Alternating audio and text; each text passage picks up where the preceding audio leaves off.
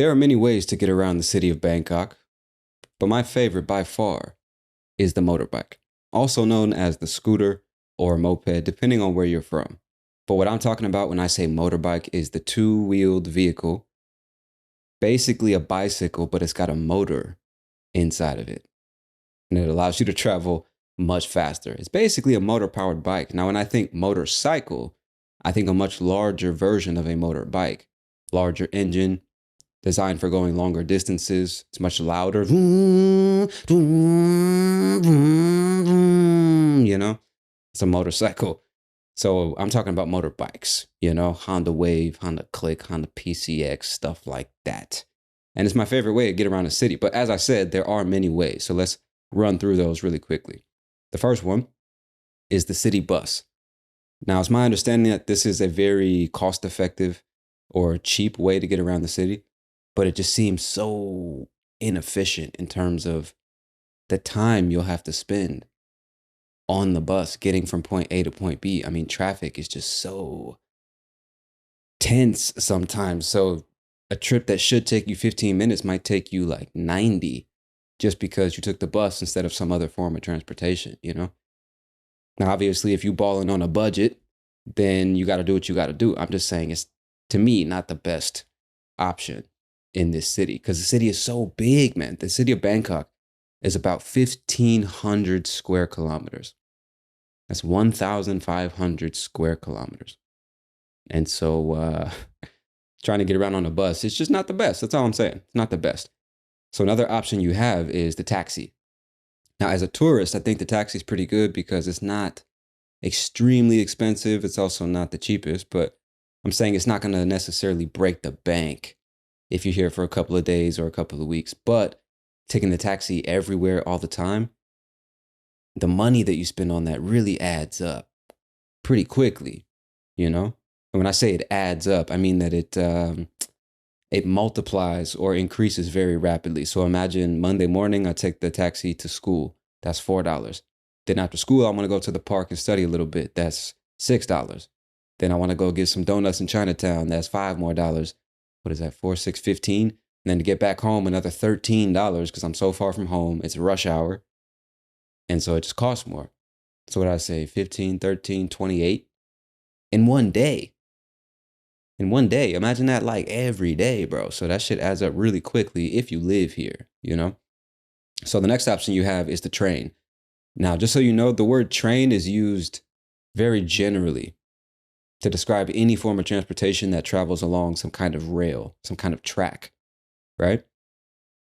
But when I hear train, technically, I'm thinking of like interstate travel on the old school tracks that will take you from one state to another, like from Florida to South Carolina, or from Southern California all the way up to Northern California, some really long distance. That's a train to me.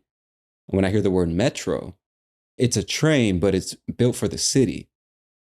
Like it's not going to take you outside the city limits. It's made for traveling in and around the city. So you have the metro station, there's the sky train, which is basically the same thing, except the track is not on the ground. It's up literally in the sky above all the other roads. That's the sky train. Then you have the subway, which is basically the same thing. It's just underground. Like in New York City, they have a subway system. But you will hear subway, metro, train. You'll hear those three words used interchangeably, depending on the context, just so you know. And this is another good option because even though Bangkok is gigantic, they have a pretty good metro system. You can get to a lot of the major stuff in the city just using the train, and it's really not too expensive. I think it's a good, like between the bus and a taxi, you'll find the train. In terms of convenience, in terms of price, it's quite reliable. The past 3 months, it's never been late. It comes like every 6 minutes or something like that. At least most of the lines that I use. So it can be a good option, but it's not as flexible. Obviously, you can only go where the train goes, and you can only go when the train goes. You know what I'm saying? But it is a decent option. You also have the tuk-tuks, which are like those, it's basically like a motorcycle and a car mixed together. Like if a motorcycle and a car had a baby. Because it has 3 wheels, like a tricycle, but there's a motor in it. And in behind the part where the person drives, there's seats like in a car. but there are no doors, no windows. So although I've never taken one, I assume it's cheap and I'm sure it's a great experience. I'm sure that historically they were very useful. But these days, when I see people riding around the city of Bangkok in tuk-tuks, it's like, again, if you want that experience as a tourist, I guess it makes sense to do it, but it's such an inefficient way to get around the city because again, it's a motorbike and a car mixed together, but you get all the worst parts of the experience of riding a motorbike and riding in a car. You know what I'm saying? It's like you have the form factor of a motorbike kind of, but you're sitting in a car, so you're still stuck in traffic. But there's no AC. It's just hot. It's 36 degrees outside. You're stuck in traffic. There's engines, smoke, there's dust. It's noisy. It's hot as fuck. And you're sitting in this half motorbike, half car. I don't understand it. It's so inefficient. You know, it's a motorbike, but you can't get to places as fast as you would on a real motorbike. It's like a car. Anyway, let me move off of fucking tuk-tuks. It's an option. That's what I'm saying. Then you have bicycles, which in a city this size with no bike lanes is not the best option. You can walk to a lot of places. You can take motorcycle taxis as well. A very efficient way of getting around the city, extremely cheap, but you do need to put your life in the hands of some random dude on a bike. So there's that. It's not for everyone, you know what I mean? And then of course, last but not least, my favorite option is the scooter or the moped, the motorbike. My favorite. And I chose to get a motorbike because I came here last year for a month just to see how things were, the lifestyle and things like that. And I was taking a taxi everywhere. I was taking the train and just seeing how quickly the money adds up that you pay just to get places. I started analyzing how much it would cost to own a bike and how much it would cost to maintain it, gas and stuff like that. And it's just obvious that it's the most cost efficient way, the most fun, the most flexible way of getting around the city. So I knew I was going to be here long term. So I just decided to bite the bullet and get myself a motorbike, you know? And when I say bite the bullet, what I mean when I say that is like just reluctantly decide to pay for something that I don't necessarily want to pay for. So let's just imagine that this bike is $1,000. That's more than I would like to spend on a motor transportation, but there's so many benefits. I'm like, I'm just going to bite the bullet. Like, fuck it. I'm just going to do it. But let me, since we're on the subject, let me just really quick define bite the bullet.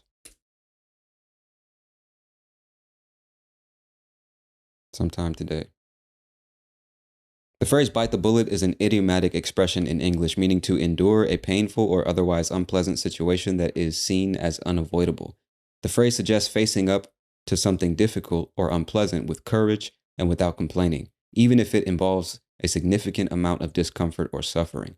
The origin of this phrase is often associated with the battlefield and the practice of having a patient bite on a bullet to endure pain during a surgical procedure without anesthesia, although historical evidence for this specific practice is sparse. It's more likely that the phrase evolved metaphorically to denote facing adversity with stoic courage. The expression is used widely in English to suggest accepting the inevitable hardships or doing something difficult because it must be done. Well, there you go. We both learned something today because when I use it, it's typically in the context of money. Like it hurts to spend this much money, but fuck it, I'm going to do it because it needs to be done. So apparently you can use it in other contexts, and I didn't really know that because I don't think I've heard it used outside of the context of money, biting the bullet. And ChatGPT says that the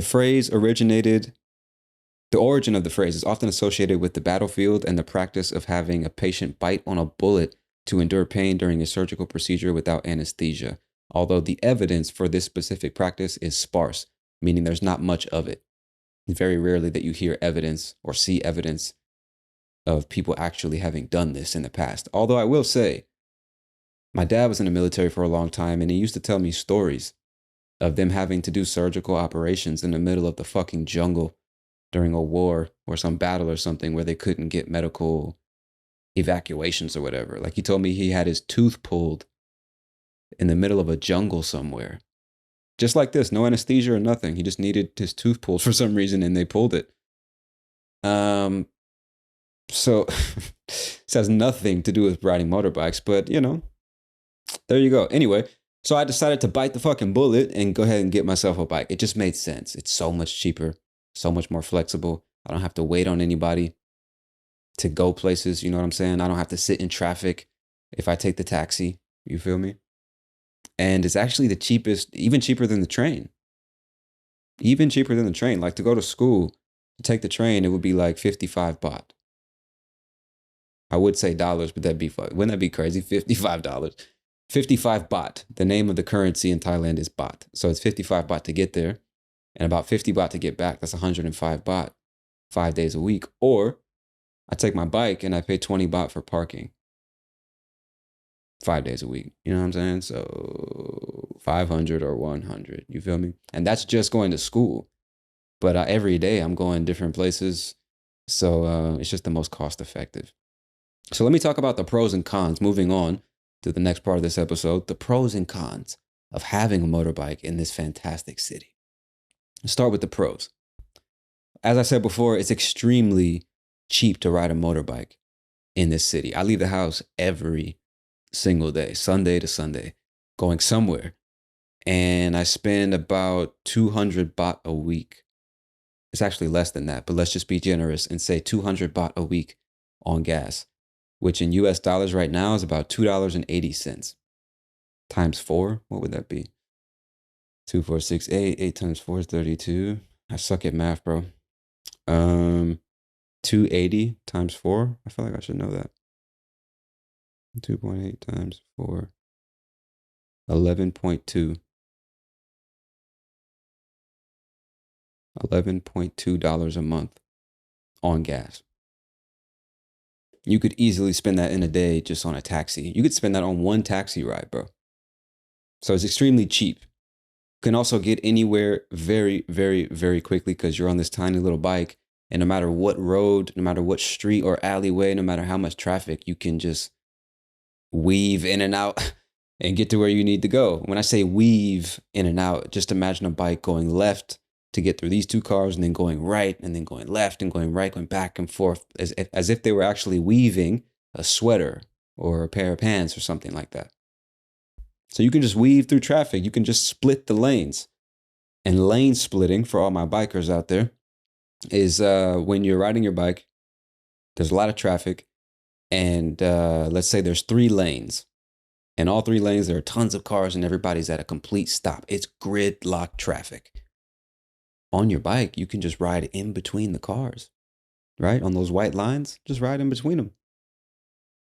What is traffic, right? Since I got my bike, I'm just like, dude, what is traffic? I don't give a fuck. Rush hour, I don't give a fuck. I'm lane splitting. You know what I'm saying? Anywhere you want to go, it's just super cheap, super quick, super flexible. You can park literally anywhere, which is not something that we do in my country. You can park in front of restaurants, stores. You can park on the sidewalk. Anywhere you pull up, just leave the bike. Nobody says anything. You can't really do that with a car, can you? You can't necessarily park anywhere with a car. Parking is much more expensive with a car. Cars are much more expensive, generally. I mean, to have one, right? To maintain one. So you just spend much less time stuck in traffic. And remember, it's 35 degrees every single day. I shit you not. Let me look at my phone right now and tell you the forecast. Okay. Saturday to Saturday, the low, meaning the lowest temperature that we will experience on this particular day, this particular week is 26 degrees. That's the low, literally every day. The high, meaning the highest temperature we'll experience, is 34 every fucking day. So you're not sitting in traffic just under that blazing hot sun. You know what I mean? Taking 2 hours to get somewhere that should have taken 30 minutes. You know what I'm saying? You can just also, like, the thing about Bangkok, which is just so fantastic, is there's food everywhere, literally everywhere. They're just selling it in the streets, apart from cafes, restaurants, and all that other stuff. There's food. You can buy food everywhere. And on a bike, you can just pull up to the food stall, tell them what you want, grab your bag, and just keep it pushing. It's just so much more flexible, bro. So much more flexible. A tiny little two-wheeled bike can go to so many more places than a car or a bus or a truck or any other form of transportation, you know? And not only that, it's just fucking fun. Riding motorbikes is so much fun. It's like a level of freedom that I hadn't known before coming to Bangkok, Thailand. Cause I'm from the US, bro. My country was built for cars. Without a car in the United States of America, life just is not, it's not as pleasant as it could be, or it's much more unpleasant than it needs to be just because the country was built for cars. Everything is far from everything else. It's very difficult to walk to most places. And for that reason, you just need to have a car. And I don't get me wrong, I love cars. I love driving cars, just cruising around, going to different places, exploring the city or going to a different state or whatever. I've driven across the country in my car multiple times. It's amazing. It's the shit. However, you just don't have the same level of freedom and flexibility, and you spend a lot more money. And when I came here to Bangkok and got my bike, bro, it's just like riding through the city on a bike, letting the fucking wind blow through your hair, sun cooking your skin, probably not the best thing, but got the beautiful sun cooking your skin up a little bit, and you get to see so much more of the city. Like I don't really need GPS to get most places now, because when you're riding on your bike, you're just going up and down all these different streets, the little alleyways. You're getting familiar with the street signs and where certain things are located, because every day you get on your bike and you ride somewhere, and eventually you start riding around the same places. It's so much easier to get to know the city. And if you live here, why would you not get to know your own city? You know what I'm saying? So yeah, it really is the best way. The best way to see the city. Just like the freedom to go anywhere, anytime, cheaply, efficiently, without having to consider traffic too much. It's the shit. It's the shit. And you get more of like I don't want to say more of a Thailand experience, but in comparison to the US, I'll say, in comparison to American culture, you get a much more authentic Thai experience, in the sense that riding motorbikes out here is the norm. Most people grow up riding motorbikes, or they know somebody that had a motorbike. Somebody in their family had a motorbike. They had one at the house, you know? It's much more common. So to be able to ride around on a bike like the locals, pulling up to street food stalls, parking anywhere, you know what I'm saying? Learning the city and shit like that, you really get to live more like a local. And obviously the locals take the bus and the train, and I forgot to mention boat taxis, which is something I had never seen before, because there are a few rivers running through the city. So you can hop on a boat and travel from the east side all the way downtown for like, I don't know, 50, 60 baht on a fucking boat. It has a bunch of stops along the river, just like a metro rail. Never seen that before. So yeah, you get to live a little bit more like a local, man. Owning a bike is the shit. I gotta be honest. Like, just knowing I can hop on my bike and go anywhere. I probably said that just a second ago, but that first week I got my bike, I was just going places for no fucking reason, because it was so much fun ripping and running up and down the streets on that bike, man. It's the shit. But I will say, it's not all fucking flowers and rainbows and chocolate cake and shit. There are definitely some cons when it comes to having and riding a bike in this city. And the first one is that bikes are relatively expensive. Um, yeah, I mean, I really don't know what else to say about that. But to buy one, to buy a good bike, it is quite expensive. I think it's worth it, but it is a bit expensive. So that option is obviously not available to everyone. Also, I might have mentioned this earlier in the episode, but riding in Bangkok is pretty dangerous, bro. Like when I was telling my friends that I was thinking about getting a bike, my friends here in Bangkok, I mean, everyone I mentioned it to, oh man, are you sure you want to do that? Are you sure? It's really dangerous, man. You got to be careful. If you've never ridden a motorbike, this is not the place to learn. Bangkok is very dangerous. And bop, bop, bop. I'm like, yeah, whatever, bro. You don't know who you talking to, man. Watch out, man. I got this shit. Don't be worried about it. You know what I'm saying? I got this. Chill out, bro. I appreciate you looking out for me and my well-being, but I'm gonna take it from here. Thank you very much. But once I got my bike, I was like, oh, now I see what they mean because it is quite dangerous. I've had my bike for almost 3 months. I've already been in 2 accidents. And, although it's debatable, I will say in retrospect, looking back on the experiences, you could argue that they were both my fault. You could argue that I was at fault for both of them, right? It's debatable. But the point is, yeah, I've already been in 2 accidents, one of which wasn't like terrible by my standards, but it was pretty bad. I did hit the ground and slide several meters. But I'm okay. I'm still here in one piece, no broken bones, no shit like that. I'm still good.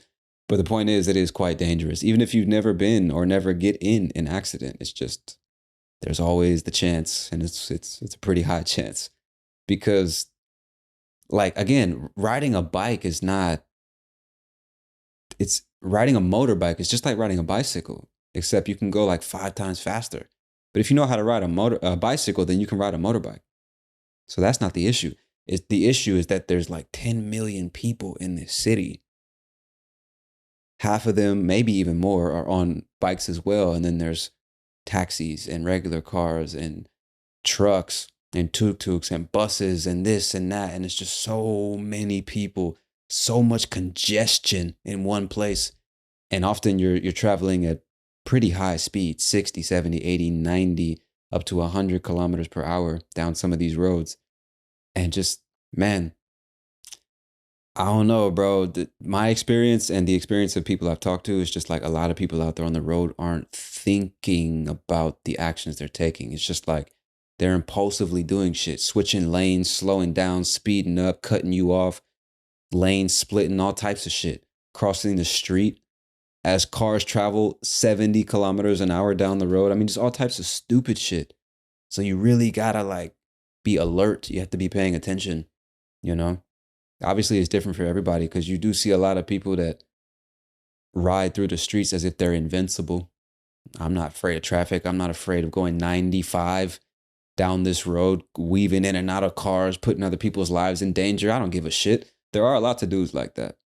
But I'm not one of them, dog. Because this is the thing. I don't fear death. I genuinely don't fear dying or death itself. But the problem here is that when you're riding a bike 90 kilometers an hour down a road full of cars and other motorbikes, the worst thing that can happen to you is not death. That's probably best case scenario besides a car accident where nobody gets hurt. That's best case. After that is dying. But there are many other worse things that can happen besides that. You could break both legs. You could break a hip. If you're not wearing a helmet, you fucking pack your head down into the asphalt. Now you got brain damage, but you're not dead. Man, please. There's so many things that are worse than death when it comes to riding a motorbike at that speed through the city. There's so many worse things that can happen. So I don't give a shit about death. It's all the other shit. And that's why I don't ride around like I'm fucking invincible. I have before, and that's arguably what caused one of my accidents. But where was I going with that? The point I was making is that it is quite dangerous, and there are just so many people making such fucking stupid driving decisions. And so really what you have to do is try to predict the behavior of everyone around you. The people closest to you, other bikes, cars, and things like that. You need to anticipate their moves. Because if you don't, you won't have much time to react traveling at certain speeds. And there's just a very high chance you can get in an accident, you know? So you have to kind of, what I do is I imagine the dumbest possible action that somebody could take. And then I anticipate that. I prepare myself for that, you know? When you're like bending corners. When I say bend a corner, it just means turn left or right at a corner. You'll often hear, where I'm from, you'll often hear people say bend the corner, right? So when you're bending corners, when you're lane splitting, when you're speeding up and slowing down, whatever it may, crossing the street, you know, like the second accident I got into, I was driving down this main road in the city. I was probably going about 60, maybe 65. I was going quite It's not like fast, but it's certainly not slow. And so there's 3 lanes on this main road traveling south, but it's such a big road that on the other side of this divider, there's 3 other lanes going the opposite direction. But at certain points, you can turn and cross over the 3 lanes going in the opposite direction. I hope that makes sense. So just imagine a major road, 3 lanes going north, 3 lanes going south. If you're going north and you need to go east, you need to turn to the right. So at certain points, there are breaks in this major road where you can turn right, but you have to cross over the 3 lanes that are going in the opposite direction. Okay. And so I'm traveling down the road going south and approaching one of these breaks where people can, in fact, turn and cross over the major road and then keep going. Now it's rush hour traffic. 2 of the lanes are full of cars at a complete stop. I'm in the 3rd lane on the left, which is actually the slow lane in this country. And so I'm first of all in the middle lane, and I'm thinking, okay, well, they've stopped. I'm on a bike. I'm going to go around and just proceed like I always do.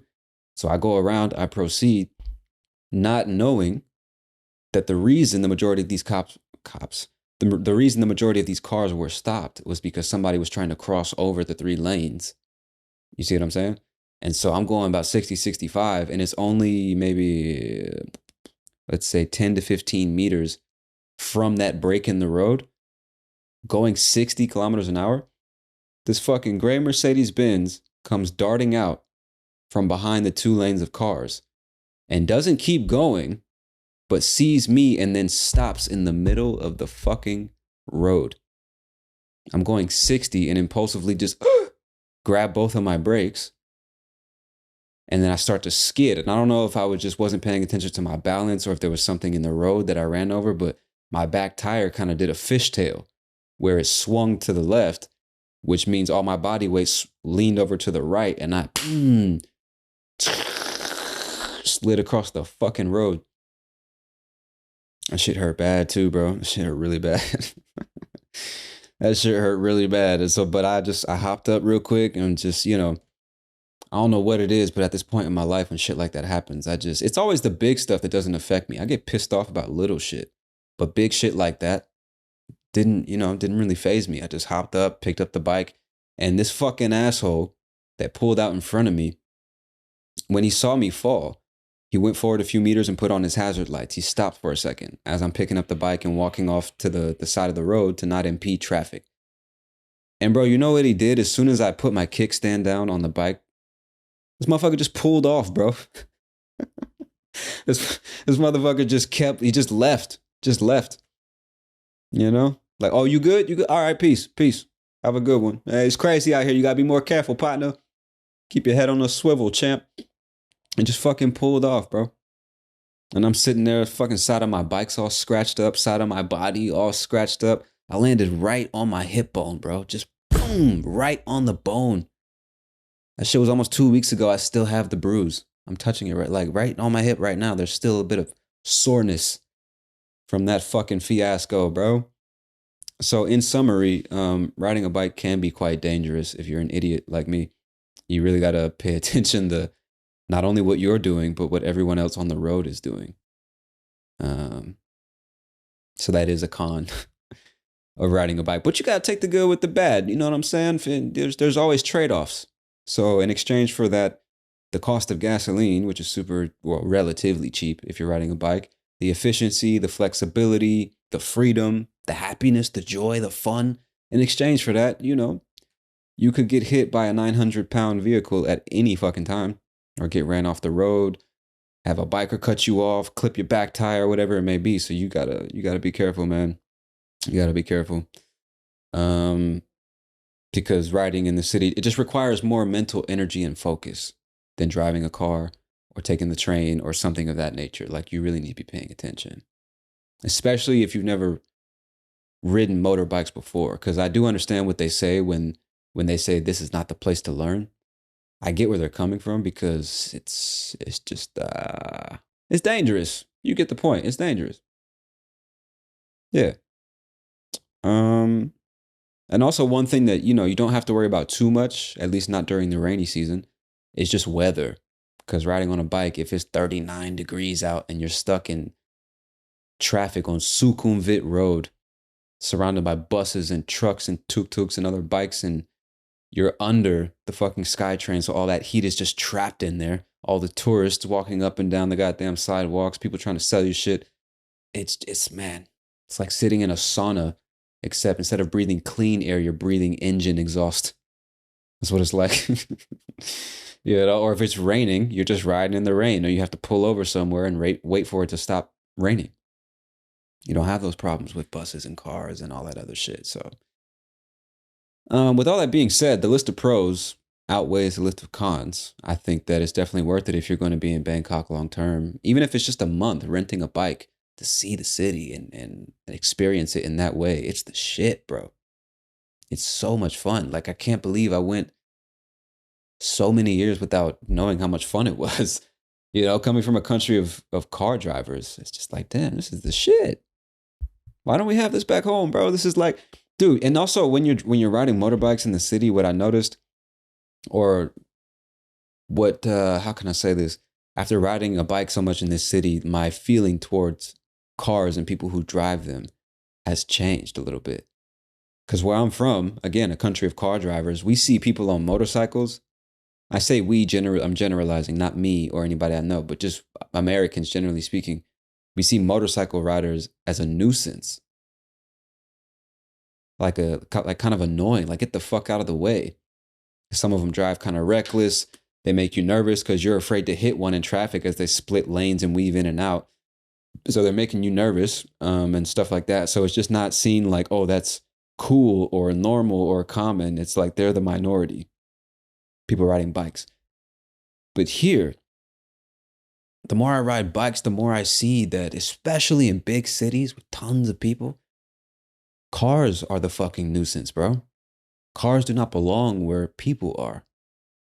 You know what I'm saying? There's a psychologist, Dr. Tayana Panova, who makes videos on TikTok. I've shared some of her clips on the podcast before. I think in some bonus episodes or something. And she talks a lot about this urban development, I said urban, urban development and how we build our cities and the effect it has on our mental health, traffic, and all that, our life experience. And she talks about this a lot, that like we shouldn't have tons of cars traveling where tons of people have to be. Cars should not be taking up the majority of a street. People should. Right? We built the city for us, not for the cars. And when you're riding a bike around this city, apart from seeing how efficient and fun and flexible it is, just fucking, there's always some fucking cars in the way. I can't say there would be no traffic, but I find it hard to imagine that we'd have the same amount of traffic if everybody was on motorbikes. And whoever didn't want to ride a motorbike was walking, riding a bicycle, or taking a train. Now, of course, a lot of people might not be happy with that. They want their cars and shit. I'm just saying, it takes up so much space on the road, causes so much traffic, so much congestion unnecessarily, And maybe it's because I feel like on my bike, I'm entitled to the road. Maybe it's just a sense of entitlement. But when I'm riding my bike, it's just like, bro, get the fuck out of the way. I don't understand. Like, if he was on a bike, he wouldn't be in the way. He could just go. But cars can't go everywhere that bikes can go. They need much more space to travel, which means it takes much longer to travel places because there's tons of other cars on the road. There's stoplights and car accidents and this and that. Bikes are just so much faster and more flexible, especially if we're talking about a 4-door car that seats 5 people and there's one person inside. Get a fucking bike, bro. What are you doing? You know what I'm saying? Just from a practicality standpoint.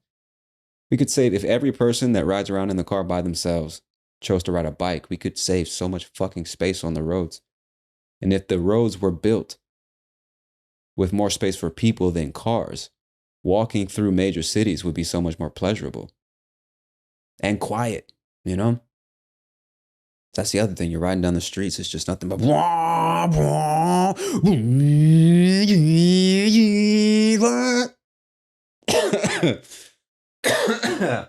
Excuse me. Yeah. It can be a bit much. It can be a bit much at times. Excuse me. Take a sip.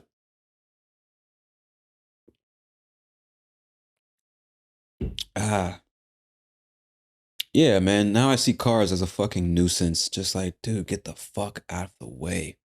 Driving all slow, taking up all this goddamn space.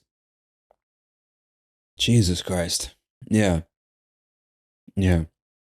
But with all that being said, man, words cannot express how much I love my fucking bike and how much I love riding around this city on that bike. It's so much fun, dude. It's so much fun. And like I said before, you get to see so much more of the city, go so many more places, so much more efficiently, you know? Um, and another thing that was surprising when I came here is how easy it was to buy a motorbike. Because in my country, let's say you want to buy a car, even if you go to a used dealer, but especially like a commercial dealer where you can buy new cars, it's this whole fucking process, this gigantic lot, tons of cars, and salesmen come out fucking bugging you. Go, can I help you with anything? You want to see a car? And it's then you gotta negotiate the price and fucking do all this paperwork, and it's just like it takes a whole day to buy a fucking car. And I came here, I found a dealer that had some good reviews. Somebody recommended. The owner was super nice, bro. Such a nice lady. Thank God she spoke English. And the whole process, I think, because I knew what bike I wanted, I did all my research and everything, and the whole process to get the bike was like 40 minutes, 30, 40, and half of that time was them connecting the battery, putting oil in it, filling it up with gas so I could take it home. But just transfer the money, fill out a few documents. The bike is mine, you know what I'm saying? So it was just super easy, super straightforward, and I was fucking off, man. I was off. And that I gotta tell you, man, like just the first week, I think I already said this. The first week I was just going everywhere. Cafes and restaurants and getting more street food than I even needed. Just going to neighborhoods I'd never been to before. All that shit was amazing. Just riding around looking at Thai people and how they live and just feeling the energy of the city, going with the flow and shit like that. It's a priceless experience, man. It really is. Traveling anywhere, but certainly when you get to travel and just live life like a local, like you can stay for a month, 2, 3 months, a year, or something like that. It's amazing. It really is. And speaking of like Thai culture, going with the flow and stuff like that, I was pretty surprised actually to see the way people do things out here in Southeast Asia. Because I went to Indonesia for a month as well and saw the same thing. Just so many people. I would venture to say about half of people riding bikes, no helmet, no jacket, no long pants, no tennis shoes, just fucking flip flops, no socks, no nothing, bro. Going 100 kilometers an hour down Sukhumvit Road, weaving in and out of traffic as if they're made of fucking titanium or something.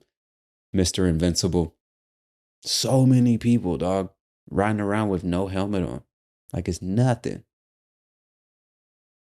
Whole families. Like I posted a video on Instagram a couple months ago, I think it was, of this woman riding like sideways on the back of a motorbike. Because on a bike, you put one leg on the left, one leg on the right, and you're straddling the bike itself. You're riding it like a horse, right?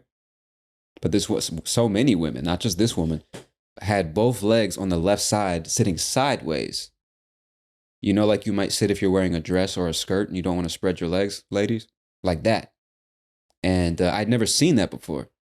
And I'm just like, bro, what the fuck is going on here, bro? It'd be so easy to knock her off that bike. She's wearing a dress and like slide on shoes, no helmet, no nothing.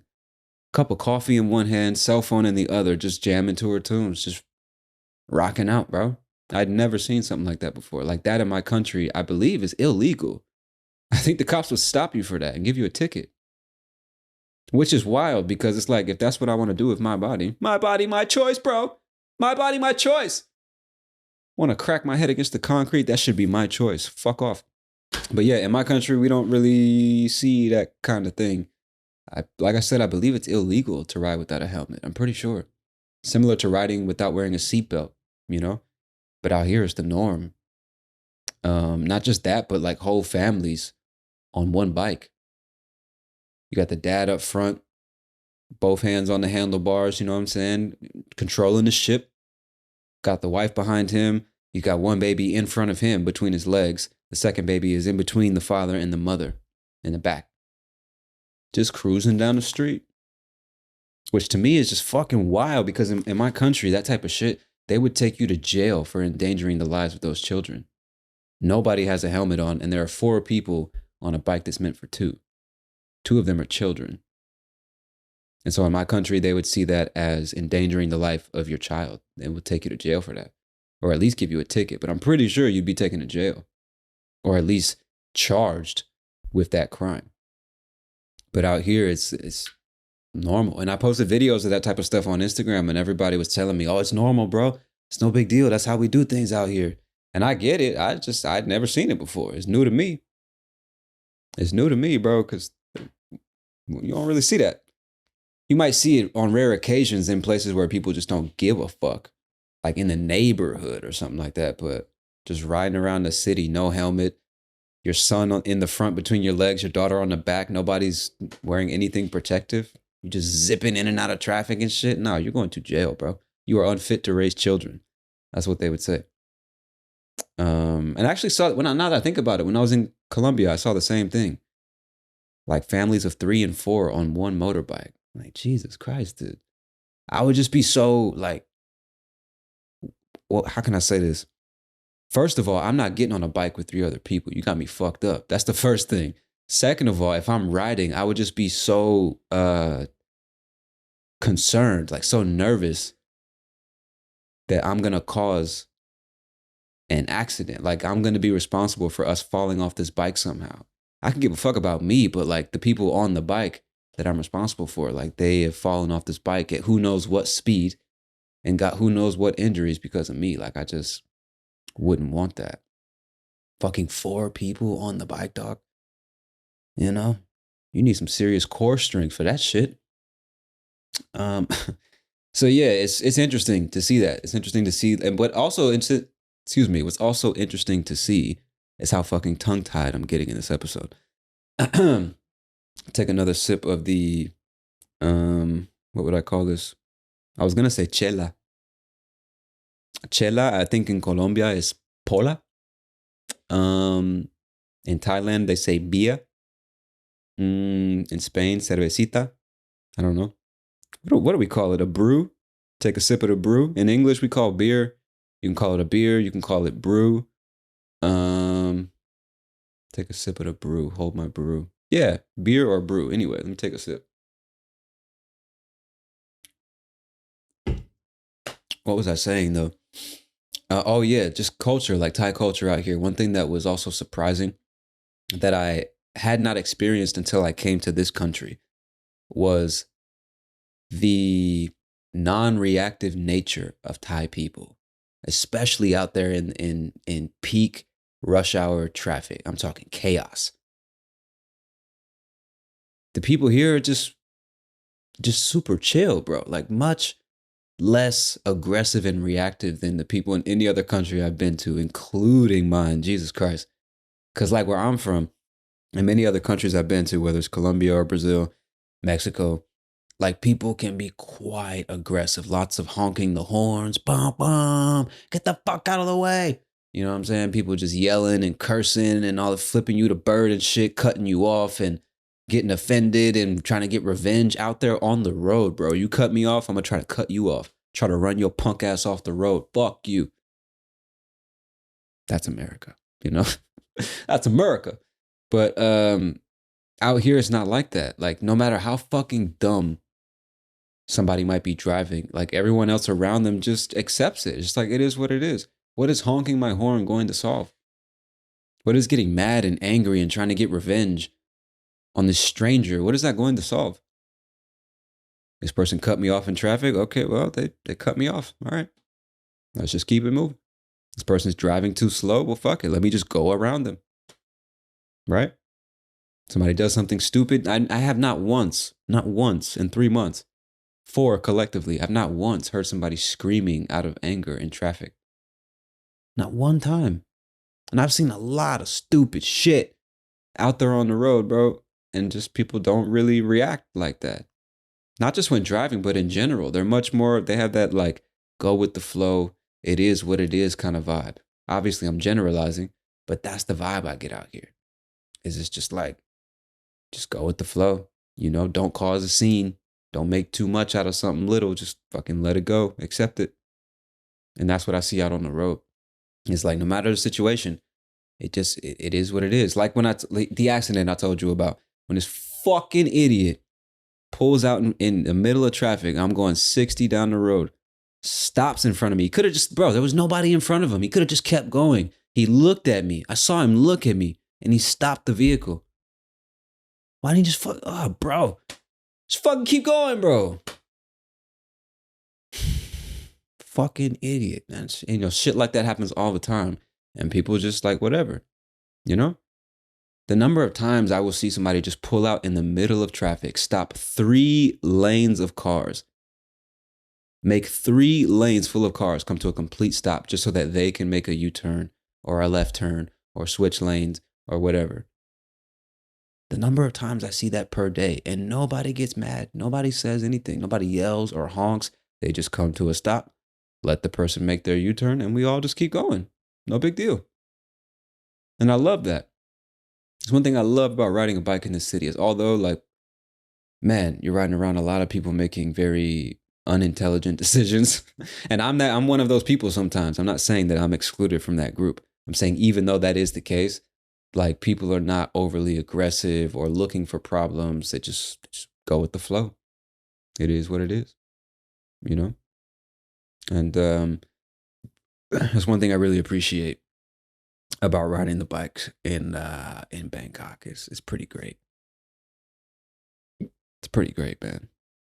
So, and what's also what I think about sometimes is like, man, whenever I leave this place, how am I going to go back to traveling around the city in any other way? You know what I mean? It's like, once you know how good it can be, it's hard to be content with anything else. It's like, like if and when I eventually go back to my country to stay, I might have to get myself a bike or something, man. It's just so convenient. It's so much fun, so practical. But those are my thoughts on riding a motorbike in Bangkok, Thailand. 100% worth it. Pretty dangerous, but it's very cost effective. It's so much fun.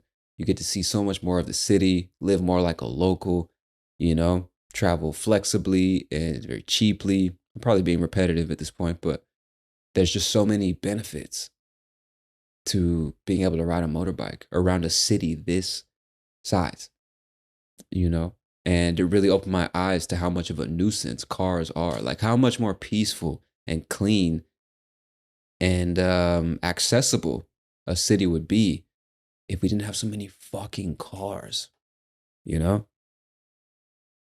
But anyway, I'm curious to know what it's like in y'all's country. I know that there are people all over the world listening to this, Asia, Africa, Europe, America, you name it. And things are done differently in different countries. So once y'all listen to this episode, hit me up, Instagram, Discord, email, whatever you got to do. Tell me a little bit about life in your country. What is the most common form of transportation? Have you ever ridden motorbikes? What are your thoughts on this type of stuff? And also take some time to think about the effect that so many cars have on your daily experience, or maybe the way your city is built. Is it built for people or is it built for cars? What would make it more pleasant to exist in your city?